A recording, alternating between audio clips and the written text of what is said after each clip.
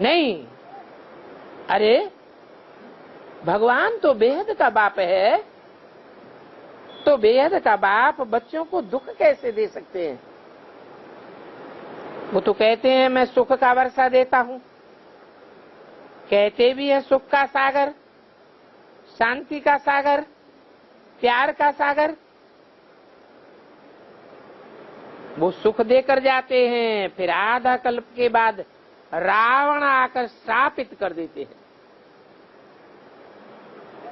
सतयुग में तो अथाह सुख थे, तुम बहुत माला माल थे। एक ही सोमनाथ के मंदिर में कितने ढेर हीरे जवाहरात आदि थे। भारत कितना सॉल्वेंट था। अभी तो भारत इनसॉल्वेंट है, सतयुग में 100% सॉल्वेंट और कलयुग में 100% इंसॉल्वेंट, एकदम खाली। तो ये खेल बना हुआ है। अभी तो दुनिया ही आयरन एज है।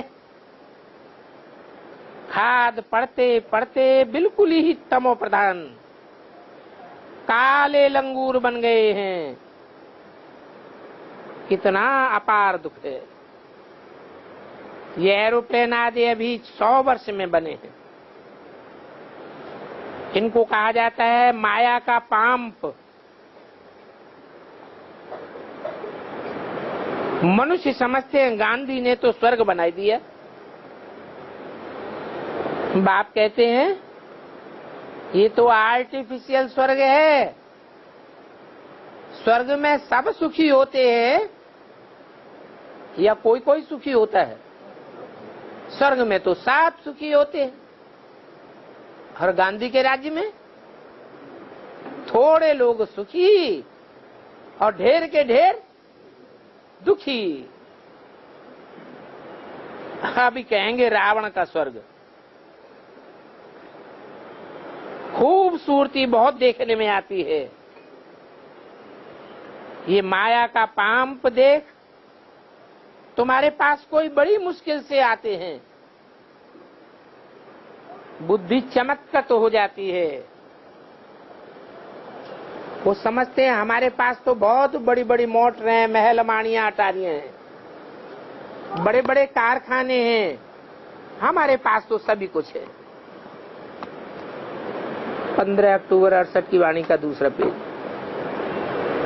समझते हम तो यही स्वर्ग में बैठे हैं। इसी दुनिया में स्वर्ग, इसी दुनिया में नरक है। कोई सुख भोगते हैं, स्वर्ग भोगते हैं, कोई इसी दुनिया में नरक भोगते हैं। बाप समझाते हैं अरे इस दुनिया में स्वर्ग कहाँ से आया? जो सोचते हैं इसी दुनिया में स्वर्ग है, उन्हें अब थोड़े दिनों के बाद पता चलेगा कि ये दुनिया स्वर्ग है या नरक है।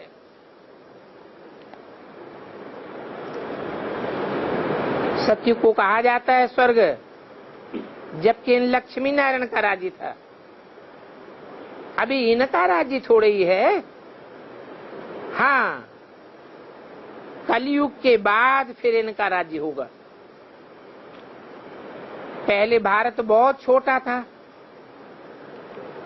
नई दुनिया में होते ही है 9 लाख देवताएं। बस पीछे वृद्धि को पाते हैं। मनुष्य सृष्टि वृद्धि को पाती रहती है ना। पहले सिर्फ इस दुनिया में देवी देवताएं ही थे। कितने कला संपूर्ण? 16 कला संपूर्ण।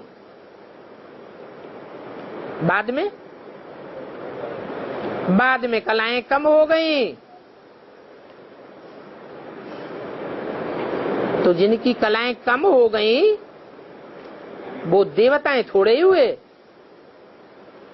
वो तो खंडित देवताएं हो गए।